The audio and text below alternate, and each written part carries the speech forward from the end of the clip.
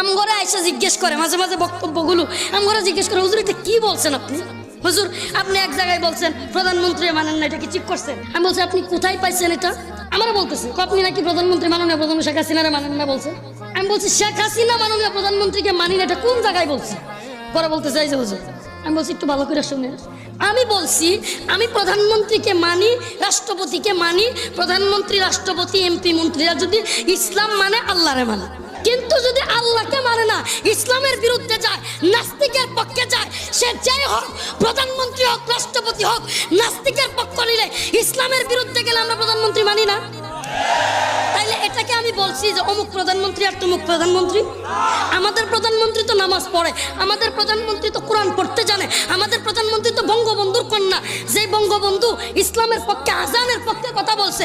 আজকে আপনারা আমাদের প্রধানমন্ত্রী নাস্তিক বানায় দেন, এটা তো আমাদের কিছু করার নেই।